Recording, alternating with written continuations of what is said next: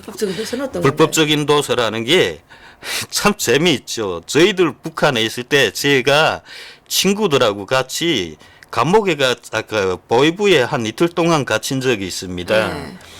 그게 뭐 때문인가 하면 그 평양에 있는 대학에 다니는 저희 친구가 인민대학습당에서 그때 벌써 그게 90년대 중반인데 그때 그 인민대학습당에는 이런 스캐너가 있었습니다. 그리고 이런 복사기가 있었죠.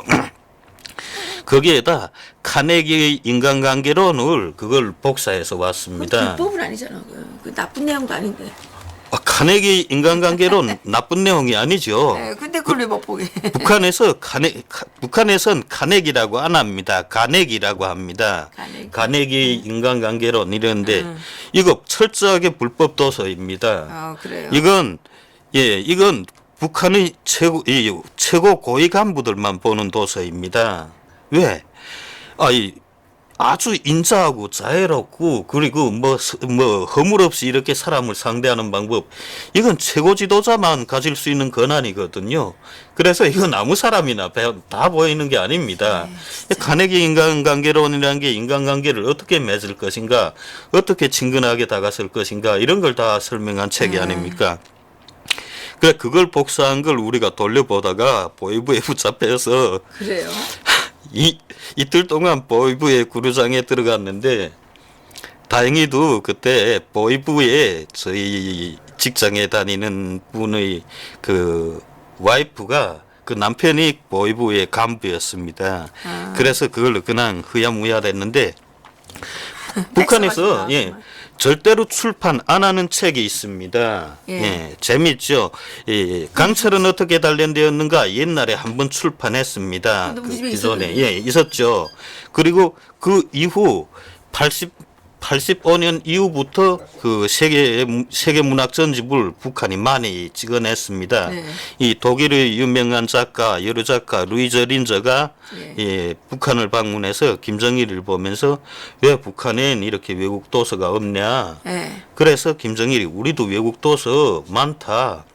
이제 앞으로 많이 찍을 것이다. 당신 이제 와서 봐라 하고서 그래서 그해부터 많이 찍었습니다. 그런데 거기에서 강철은 어떻게 단련되었는가를 빼버렸습니다. 왜요?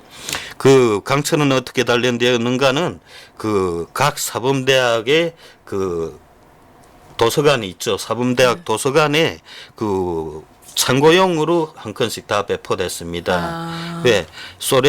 그때 소련이 다 붕괴되었으니까 소련의 그 책은 이건 다 수정주의다 해가지고 강철은 어떻게 단련되었는가를 출판을 안 했습니다. 그래서 수정본으로 넣었고 그런데 후에 중국에서 강철은 어떻게 단련되었는가를 영화로 만들었을 땐 그건 또 북한에서 방영했습니다. 그리고 북한이 죽어도 못 출간하는 책이 있습니다. 세계에서 아주 유명한 책이죠. 안내의 일기라고 있습니다. 있죠. 마리 안내의 일기. 이건 세계 모든 나라들에서 출간하면 이 안내 박물관으로 보낸다고 합니다. 그 출간한 책을. 근데 북한도 92년도인가 이 안내의 일기를 출간해서 덴마크에 있는 안내박물관에 보냈다고 합니다. 그런데 안내의 일기는 북한의 인민대학습당에 가도 특정 대상들 아니면 절대로 보여주지 않습니다. 딱 작가들에 한해서 보여줍니다. 그 외에 일반 사람들은 기술자라든가 그다음에 일반인들은 보지 못합니다. 왜냐하면 안내의 일기를 보면 그냥 그게 북한인 겁니다. 그렇기 때문에 북한은 그 책을 절대로 주민들한테 보지 못하게 합니다. 출간을 못하고 있는 거죠. 네. 그리고 지금 북한의 이 15국이라는 게 이 국경연선 주변에 몰래 카메라를 설치한다고 합니다. 그다음 몰래 카메라 그리고 장마당에도 몰래 카메라를 설치합니다. 그리고 각 역전이 있죠. 각 역전 장마당들은 다 북한이 몰래카메라를 설치했습니다. 이게 장마당이나 역전에 가면 보이지도 원실이라는 게 따로 있습니다. 보이지도 원방이라는 게 있는데 여긴 밤이고 낮이고 불이 안 켜진다고 합니다. 그러니까 시꺼머니까 그 안을 들여다 못 본다는 거죠. 근데 그 안에 그 감시 카메라가 설치되어 있다고 합니다. 밖을 향해서 설치되어 있어서 그걸 알고 있는 주민들이 많지 않다고 합니다. 지금 현재 북한 주민들도 그 보이지도 원방에 그 자기네를 향해서 감시 카메라 석 대씩 설치되어 있다는 걸 절대로 모르고 있다는 거죠. 그만큼 비밀을 지키고 있다고 합니다. 그렇군요. 네. 그리고 북한은 2008년 그 1967년이죠. 67년 사기 15차 전원회 이게 사기 15차 전원회가 뭔가 이 갑산파를 숙청한 사건입니다. 그러니까 당시 박금철을 비롯해서 이 김일성이 발치산 활동을 한다고 할 때 갑산공작위원회라는 게 이 국내에서 조직됐습니다. 이 국내에서 갑산공작위원회 그래서 거기에 박달, 박금철 그다음에 이재순. 이재순 여러 여러. 많은 사람들이 가담했는데 이게 37년도에 이 사건이 이 갑산공작위원회가 어떻게 일제에 의해서 다 이게 조직 전모가 다 드러나게 된 거죠. 그러니까 서울 그 서대문. 네, 그래서 이 사람들이 핵심 인물들 다 여기 서대문 형무소에 갇혔습니다. 그러니까 서대문 형무소에 갇혔는데 1945년 3월 달입니다. 조금만 더 있으면 해방이 될 텐데 이 일본 놈들이 이거 해방이 되기 딱 몇 달 전에 그 이재순을 비롯해 거기 핵심 인물들을 다 그 교수형에 처했습니다. 네. 그리고 당시 박달은 무기징역, 그다음에 박금철 북한의 그 부수상이고 조직비서였습니다. 당시. 네. 박금철은 이 15년형을 먹었습니다. 그런데 이 사람들이 후에 북한 공산당 창건할 때 그 45년도부터 매우 큰 역할을 했죠. 그때 벌써 박금철은 이 부수상, 그다음에 이 조직비서 이런 역할을 맡았고, 이 67년 이때에도 검열위원장, 노동당 검열위원장, 그다음에 비서, 그다음 내각 부수상 여러 가지 겸이 많은 직업이 상당히 많았습니다. 조직비서까지. 그런데 이 67년도 이 8월에 이 노동당 사기 15차 전원회의를 열고 박금철을 다 숙청했는데 이게 왜 숙청이 됐냐? 이 김일성의 후계자로 당시 2명의 인물이 나왔습니다. 한 명은 그 김일성의 친동생인 김영주이고 다른 한 명은 김정일이었습니다. 그래서 이 김영주하고 김정일이 서로 권력을 승계하겠다고 야심을 노골적으로 드러내고 있는데 이 갑산파가 이걸 완전히 반대했다는 거죠. 야, 사회주의 나라들 어느 전례를 봐도 이 가문이 권력을 세습하는 건 없다. 그렇게 되면 이게 사회주의가 아니다. 이건 그냥 봉건주의지. 권력을 대물림하는 거 어떻게 사회주의라고 할 수 있냐. 그래서 김일성의 가문에선 후계자가 나올 수가 없다. 이렇게 말하고 공개적으로 그걸 막 회의를 통해서 선언한 사람들이 갑산파입니다. 그때에 이게 김정일이 김일성 빨치산 출신이죠. 최연, 기밀 이런 사람들을 다 오진우 이런 사람들을 긁어 모아서 그 갑산파를 냅다 쳤습니다. 그렇죠. 그냥 다 체포해버린 거죠. 체포해가지고 사기 15차 전원회의라는 걸 열고 이자들이 반동적인 만행 이렇게 해가지고 종파다 자기들을 우상숭배하게 만들고 노동당의 그 체계 이게 노동당의 권위를 훼손시켰다 하면서 그때 공개적으로 숙청된 사람만 700명이 넘습니다. 780 몇 명인가 됩니다. 그런데 그 가족들까지 다 숙청했습니다. 이 가족들까지 다 숙청해서 정치범 수용소에 보냈죠. 북한이 70년대는 보통 한 가정이 보통 5명, 6명이었습니다. 애들을 많이 낳을 때여서. 그래서 이 780 몇 명을 이거 숙청을 하면 그게 곁따라서 그 온 가족이 다 숙청됐으니까 그때 이 사람들을 다 개천 수용소에 보냈습니다. 북한이 첫 수용소가 개천 수용소인데 이 개천 수용소가 1958년에 만들어졌습니다. 네. 그 러시아의 그 스탈린이 만든 그 수용소를 모방해서 만든 건데 거기에 몽땅 다 이 780명의 가족을 숙청한 거죠. 그러니까 1만 명이 넘는 사람들이 가족들까지 거기에 다 갇힌 겁니다. 그렇죠. 네. 그리고 7월 1972년에 그 2월 선언이라는 걸 합니다. 김정일이 당의 유일적 사상 체계와 유일적 지도 체제를 세울 때에 대하여 이런 걸 선언하면서 그때의 남로당 출신들을 다 그냥 이단자로 취급해서 그 남로당 출신 그리고 남로당 출신이 아님에도 그 북한으로 올라간 사람들이 있습니다. 이래하면 작가라든가 지식인들 이런 사람들이 있는데 그냥 북한이 강제로 끌고 가는 사람들이죠. 이 사람들을 몽땅 농촌에 추방하고 그다음에 그 일부는 뭐 강제로 막 죄를 만든 겁니다.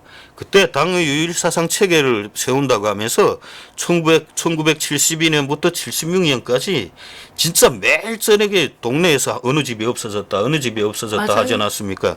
그냥 그랬어요. 예 밤에 그저 사람이 그때는 밤중에 가족을 통째로 실어 갔습니다. 그리고 문에다 판자로 이 문을 딱 대모들 박아 놓은 거죠. 그러면 아이고 저 집이 사라졌다. 야 근데 그게 제 어릴 때인데 오늘은 어느 집이다. 오늘은 어느 집이다. 주변에서 너무 많이 잡혀가니까 맞아요. 정말 그때 그 공포라는 게 대단했습니다. 맞아요. 그러면서 이 76년도에 김일성이 이건 내부 지시문입니다. 이 김정일한테 말한 건데 이 인구를 좀 조절해야 되겠다. 그 우리가 있는 인구를 그대로 보여주면 안 된다. 예, 이거 지금 보면 이 그 각 거기에 가면 이 노동당 그 전략연구소가 있습니다. 그러니까 이 김일성 집무실, 김정일 서기실이 있죠. 네. 김일성 서기실 산하에 당 역사연구소라는 게 있습니다.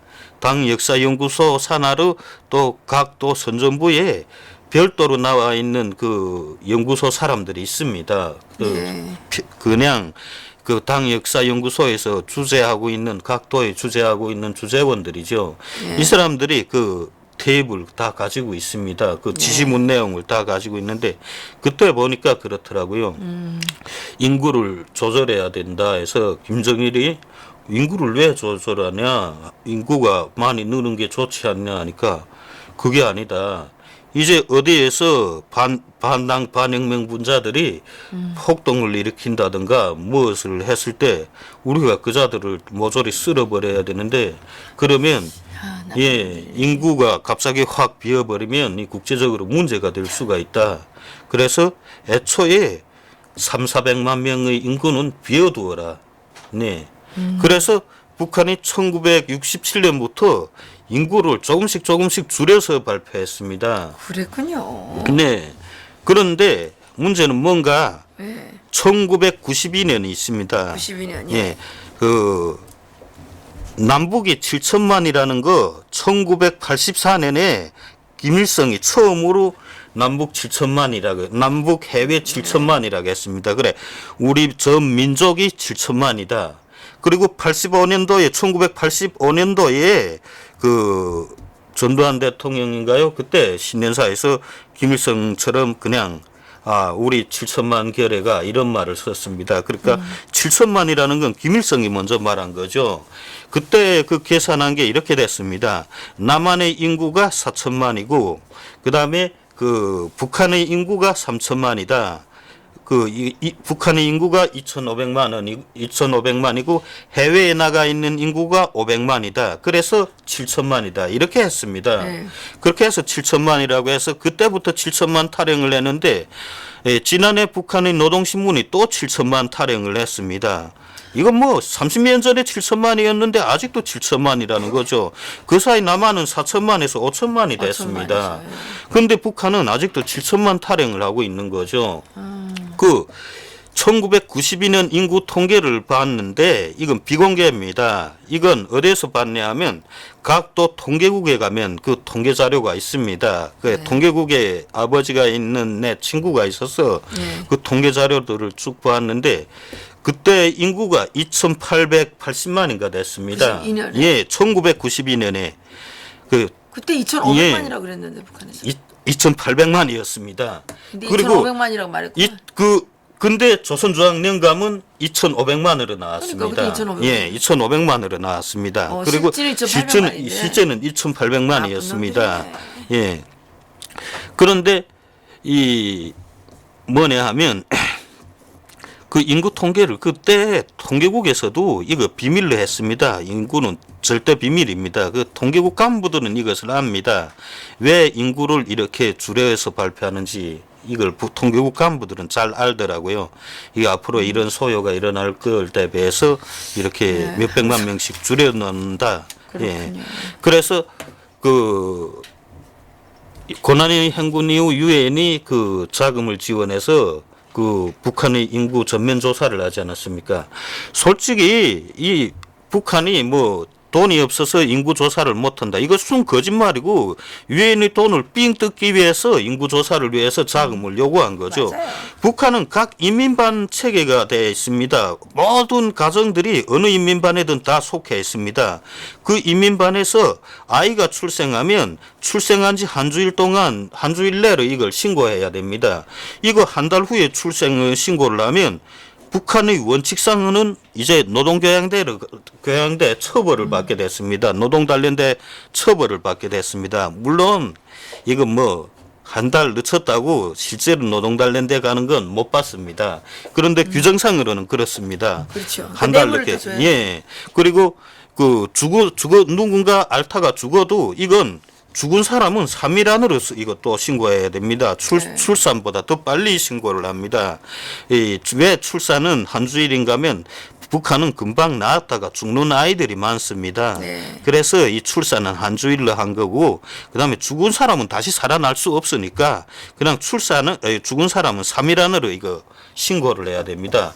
그래서 이 자료가 매일 국가통계국에 종합된다는 거죠. 네. 그러니까 인구는 북한이 뭐 1년에 한 번씩 조사하는 게 아니라 매일 매일매일 하고 체크되고 있는 겁니다. 매일 하고 있는 예, 거죠. 매일 하고 있는 거죠. 근데 뭐 자금이 없어서 뭐 인구 조사를 못 한다. 그래 가지고 또 유엔이 돈을 지원했습니다. 맞아요. 그 지원한 놈들이나 지원 받은 놈이나 진짜 열불이 나죠. 도대체 뭐라는 짓거리들인지. 그런데 그 유엔이 실제 조사를 하고 그런 결과 우리 중요한 건 있었습니다.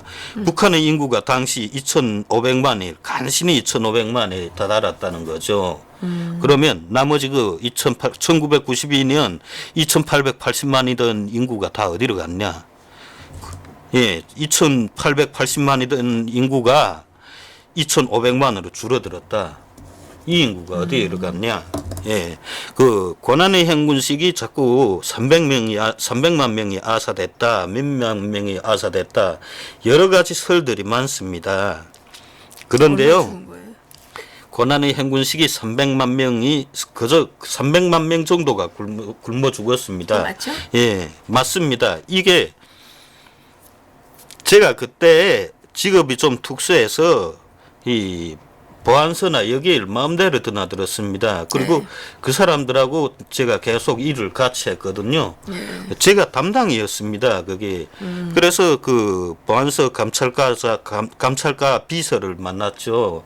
감찰과 세포입니다. 당 세포 비서를 만났는데 이 사람하고 서로 이야기를 하다가 그래 진짜 고난의 행군 시기에 몇 명이 죽었냐? 이걸 내가 고난의 행군 시기에 몇 명이 죽었냐를 물어본 게 1999년입니다. 예. 99년 내가 그때 그 감찰과 그 과장도 만나고 세포비서도 만나고 해서 점심 식사는 그냥 세포비서가 조직해서 거기서 술을 마시면서 그 이야기를 나눴죠. 그래 인구가 얼마나 죽었냐 하니까 한 300만 명이 죽었다는 거예요. 그 300만 명이 죽었다는 걸 당신이 어떻게 알 수 있냐 하니까 이 사람아 우리가 그걸 주민등록 이 조사를 하는 게 다 보안서가 아니냐. 그러니까. 그리고 이 주민등록 그 과장들의 회의를 1998년에 이 주민등록 과장들 회의를 했다고 합니다. 이 주민등록 체계를 그때 북한이 주민등록 체계를 이 CD판으로 그전엔 다 이 종이에다 적었지 않습니까? 그걸 CD로 다 구워서 그렇게 컴퓨터화할 때입니다. 그걸 위해서 그 주민등록 회의를 열었는데 예. 그 회의에서 각 도 시군 주민등록 과장들이 다 모이면 뻔할 게 아닙니까? 이게 주민등록, 이 출생한 거, 그 다음에 사망한 거 다 기록하는 사람들이니까. 그래, 이 사람들이 서로 모여서, 야, 니네 도에서는 얼마 죽었냐? 니네 도에서는 얼마 죽었냐? 이렇게 서로 교감이 오가다 나니까, 아, 한 300만 명이 죽었구나. 이 숫자가 나왔다는 거죠. 그 사람이 말하는 게 확실하게 답변할 수 있는데 거기에서 나온 숫자가 거의 300만 명이었다. 그 사람은 300만 명이라고 못 박지는 않았습니다. 거의 300만 명이 이른다. 예. 그런데 고난이 행군은 1999년에 끝난 게 아닙니다. 사실 한 2002년까지도 계속 이어진 거죠. 그리고 우리가 가장 무시하는 대목이 있습니다. 예. 2009년도 북한이 2009년 12월에 불의에 기습적으로 합해 개혁을 단행했죠. 그래서 2010년도죠. 2010년도. 2010년. 예, 2010년. 이 다음에 이 합해 개혁을 한 다음에 북한에서 얼마나 많은 사람들이 죽었는지 계속 북한에서 고난의 행군 시기에 많은 사람들이 굶어 죽었다. 이것만 나오고 합해 개혁 당시 그 혼란으로 인해서 얼마나 많은 사람들이 굶어 죽었는지 모릅니다. 아까도 장세율 대표가 나와서 북한이 지금 새 돈을 만든다, 이상하다 했는데 사실 그때 당시 합해 개혁은 이 후계자로 김정은이 올라서지 않았습니까? 그러니까 김정일이 그렇게 한심한 그 북한 사회, 그 북한의 합해를 그대로 김정은에게 넘겨줄 수가 없었다는 거죠. 그렇군요. 예, 그래서 새로운 합해 긴축 정책을 실시해서 그러니까 그래서 주민들이 주머니에 있는 돈을 다 뺏어내는 거죠. 그렇죠. 그냥 물로 만드는 겁니다. 그런 정책의 일환으로 합해개혁을 실시했습니다. 당시 이 합해개혁을 책임지고 합해개혁 실패의 책임을 지고 그 박남기가 처형되지 그렇죠. 않았습니까? 그렇죠. 근데 그 사람은 사실 합해개혁과 아무런 상관도 없습니다. 조선중앙은행 총재가 있는데 그 노동당 재정경리부장이 합해를 찍어내거나 이러지 않습니다. 이걸 실제 이 합해개혁을 책임질 건 김정일이 자신이죠. 그 애매한 희생양을 만들어낸 겁니다. 그리고 당시 박남기가 가장 강력하게 주장한 게 그겁니다. 합해 개혁을 하고 나면 장마당 통제를 하지 말아야 된다. 일체 장마당을 풀어놔야 된다. 그러지 않으면 다시 옛날처럼 된다. 근데 그때 박남기 말이 옳았다는 거죠.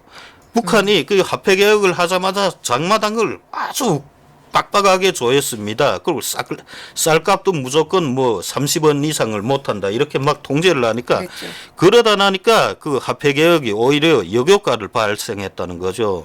그걸 책임지고 박남기를 처형했는데 그 해 정말 많은 사람들이 숱한 사람들이 합해 개혁을 할 때 자살하기도 하고 그다음에 굶어 죽었습니다. 갑자기 돈이 20원이라고 하던 옥수수 한 킬로에 국가 가격으로 20원으로 정했는데 순간적으로 막 1,000원, 2,000원 이렇게 뛰어오르니까 그리고 기존에 돈을 모아놓던 사람들 그 돈을 다 무효화로 만들어 놨으니까 맞아요. 이 사람들 얼마나 억울하겠습니까? 그러니까 그렇죠. 목을 매서 죽은 사람들 그다음에 쌀값이 월급을 가지고는 쌀을 한두 킬로밖에 사 먹지 못하니까 그냥 온 가족이 다 굶어서 죽은 사람들 그게 2010년의 일입니다. 2010년도에 정말 많은 사람들이 죽었습니다. 그런 사회가 북한입니다. 지금도 합해를 개혁한다 어쩐다 말이 많은데 솔직히 말해 합해 개혁이 아닙니다. 지금 북한이 합해를 이렇게 새 돈을 많이 찍어내는 건 지금 북한도 그렇죠. 인플레가 지금 대단합니다. 그러니까 베네수엘라 꼴이 나고도 남았다는 거죠. 이제는 북한이. 그러니까 베네수엘라가 그렇지 않습니까? 물가가 천정부지로 뛰어오르니까 화폐를 새로 교환해서 그 기존의 화폐 가치를 확 낮추어 놓지 않았습니까? 네. 그 한국이 또 이 뭐 경제 긴축량을 보면서 5만 원권을 새로 만들어내지 않았습니까? 북한도 그겁니다. 이제 북한은 5천 원 지금까지 5천 원권까지 나왔는데 북한은 1만 원권을 새로 찍을 계획을 가지고 있습니다. 네. 그리고 점차적으로 현재 북한이 만들고 그 가지고 있는 돈 이젠 쓰지도 않습니다. 북한의 5원부터 북한이 돈입니다.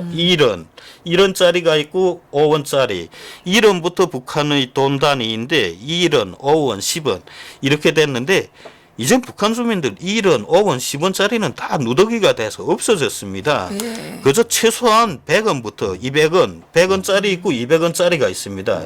100원부터 돈으로 쳐준다는 거죠.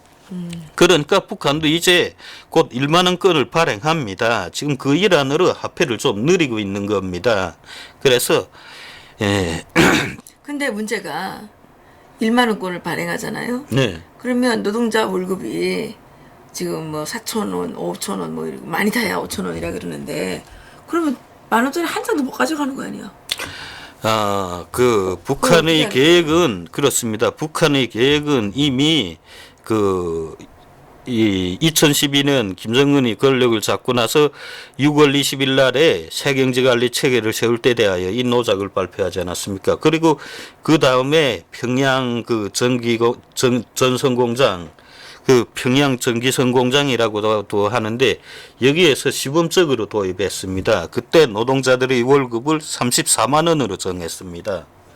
그러니까 북한 돈 34만 원이면 계산해 보면 북한에서 쌀을 사 먹고 그다음 좀 넉넉하게 생활을 할 수가 있습니다. 그러면 이제 임금을 또 올려야 되겠네요. 올립니다. 예, 이미 월급을 올렸습니다. 아니 이미 올렸는데 그보다 더 올려야 된다는 얘기 아니에요? 네, 북한이 계속 올라가요. 현재 기준으로 삼는 건 34만 원이 적정 생활 그 수준이다. 이렇게 근데 기준은 노동자들은 5,000원 잡아놨는데, 주는 거예요, 5,000원. 근데 노동자들이 월급은 5천 원도 못 되죠. 그러니까 3천 원. 예. 2,500원. 근데 왜 이런 돈을 못 주는가? 그렇게 갑자기 돈을 주면 쌀값이 또 지금 5천 원이던 쌀값이 5만 원으로 뛰어오른다는 거죠. 그게 무서워서 북한은 월급을 못 주고 또 그만한 월급을 줄 만한 뭔가 생산품도 없습니다. 공장들이 다 멎어져서 월급을 줄 형편도 못 됐고요. 네. 그래서 북한의 경제라는 게 그렇습니다. 이제 뭐 화폐를 늘린다고 뭐 더 나아질 것도 없고 그냥 북한은 그 모든 기준이 다 중국 돈입니다. 그래서 뭐 중국 돈을 가지고 그래서 중국의 한계성으로 지금 움직이고 있는 거죠. 그래서 오늘 얘기할 내용은 그겁니다. 북한은 항상 인구를 3,400만 명씩 줄여왔다. 그러면 자, 고난의 행군이 끝나서 유엔이 조사를 할 때 2,500만 명이었다. 이젠 2,500만 명, 북한의 인구가 팍팍 늘어날 수 있을까? 늘어나지 않습니다. 북한은 지금도 인구를 계속 감출 겁니다. 네. 지금 같은 때는 더 많이 감춰야 되죠. 왜? 구실은 좋을 겁니다. 이젠 북한 주민들도 애를 하나씩 낳는다. 이렇게 하면서 우리도 인구 감소 시대를 접어들었다. 이렇게 하면서 인구를 계속 감춰야 됩니다. 김정은 시대에 더 심해졌죠. 왜냐하면 이 인구를 감춰야만 만약에 있을 사태, 뭐 청진이라든가 함흥이라든가 어디에서 북한 정권을 반대하는 시위가 일어나거나 그렇겠네. 폭동이 발생하면 그냥 다 그냥 쓸어버리겠다는 거죠.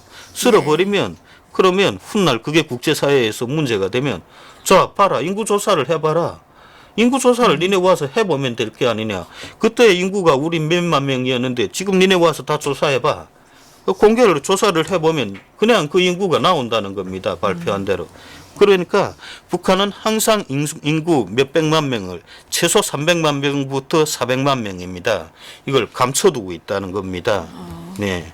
그렇군요. 그래 고난의 행군 시기에 300만 명 굶어 죽은 게 맞다. 이건 제가 직접 그 해당 간부로부터 들은 사실이고 그 해당 간부도 주민등록과 그 과장들 회의를 통해서 거기에서 나온 이야기입니다. 그걸 종합한 걸 저한테 알려준 겁니다. 네.